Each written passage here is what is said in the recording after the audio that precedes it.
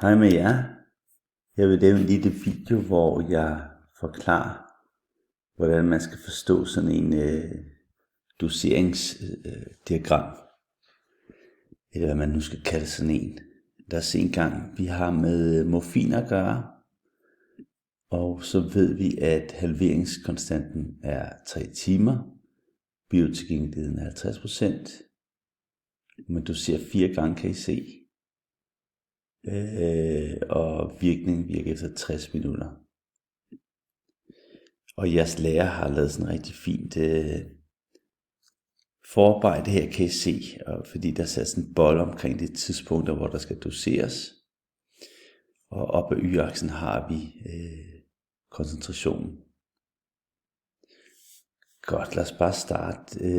Det hele starter med, at man tager sin medicin kl. 7, men det tager en time, før den virker. Her virkning efter 60 minutter. Og det er sådan, at det er kun halvdelen, der overlever gennem systemet frem til leveren. Og det betyder, at de 25 mg man indtager, der er altså kun halvdelen, man har gavn af i blodet. Så man tager altså og udregner 50%. Man udregner 50%.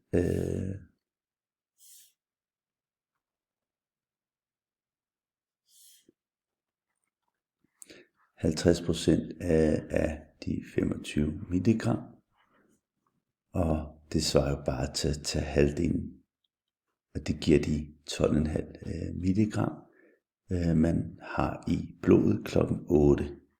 Så man kan se, klokken 8 har man så 12,5.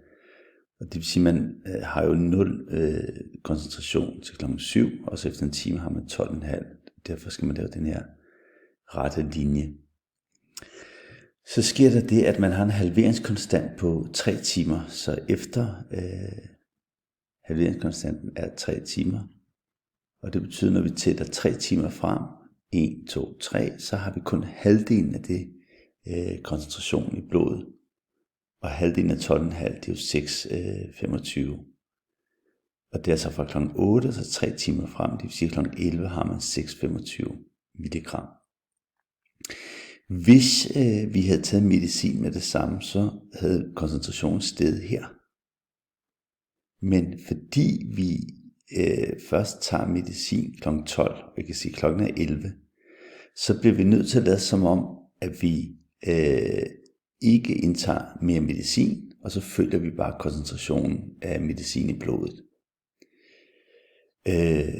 Og så ved vi altså, efter 3 timer, så skal det blive halvdelen af 6,25. Det vil sige, vi har et punkt mere, der hedder, at vi tæller 3 timer frem, 1, 2, 3, og så tager vi halvdelen af 6,25, det er 3,12,5, som jeres lærer har rundet til 3,13. Og så har hun altså forbundet de to punkter. Det er altså, hvis vi lader som om, at vi ikke tager mere medicin, så fortsætter altså koncentrationen jo videre ned. Men så sker der det, at efter 1 time, så tager vi jo noget medicin, og så stiger koncentrationen i blodet, kan I se. Så man går altså hen til kl. 12, og går hen på den rette linje, hvor vi er. Og det vi har brug for, det er at aflæse y-værdien her. Og y-værdien er 5,1, det kan I se, at jeres lærer har aflæst det til 5,1. Og så er det, man spiser de 25 milligram, men får kun halvdelen af det til rådighed. Og derfor har man altså de 5,1, man har i blodet på nuværende tidspunkt. Og så kan man så lægge de 12,5 til, som var halvdelen af de 25, man havde indtaget. Og de to tal lagt sammen giver så de 17,6. Og læg mærke til, at hun går 1 time frem og sætter det punkt, fordi virkningen var jo først gældende efter 1 time.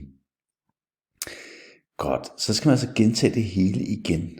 Så lad os se, hvad gjorde vi? Jo, vi tog 3 timer hen, 1, 2, 3, og så halverede vi det her, for det var jo halveringskonstanten. Halveringskonstanten var 3 timer, det vil sige, at der går 3 timer, før koncentrationen falder til det halve. Så vi går 3 timer hen, og så falder vi til det halve. Og det er åbenbart 8,8. så tager vi jo desværre ikke medicin her, vel? Vi tager først medicin en time senere, kan I se. Der er jo sat bold omkring 17, og vi er ved kl. 16. Så vi bliver igen nødt til det, som om, at koncentrationen bare falder i blodet, og vi ikke tager mere medicin. Så sker det jo det, at efter 3 timer, 1, 2, 3, så falder den her koncentration på 8,8 til det halve, altså til 4,4. Så jeres lærer har gået 3 timer frem, 1, 2, 3, og så gået hen til 4,4, sat et punkt, og laver en ret linje. Det her, det er hvis man altså antager, at man ikke tager mere medicin, og koncentrationen bare falder. Men så tager vi jo medicin efter en time, så lige det her punkt skal være fat i, og så stiger koncentrationen, fordi vi tager medicin. Det vi har brug for, det er y-værdien her. Så hvis man går hen og aflæser y-værdien på y-aksen, så kan I se, at den er 7,4. 5, 6, 7, 7,4. De 7,4 skal man så lægge oven i den dosis, man tager, og det var jo 12,5, vi fik i blodet efter en time. Det vil sige, at efter en time har vi 7,4, som er altså restmedicin, ikke? Efter 2 doseringer, plus 12,5 milligram, det giver os det her 19,9 milligram, og det var efter en time. Så har vi det punkt. Jamen så gentager man det bare igen, og jeg gentager gerne en gang mere. Det var, at efter 3 timer, så falder koncentrationen af det her til det halve, 1, 2, 3, og så tager vi halvdelen af 19,9, og det er cirka 10, kan I se, jeres lærer har sat det til. Og vi tager altså ikke medicin lige med det samme, det gør vi først timen efter. Derfor lader vi som om, vi ikke tager mere medicin.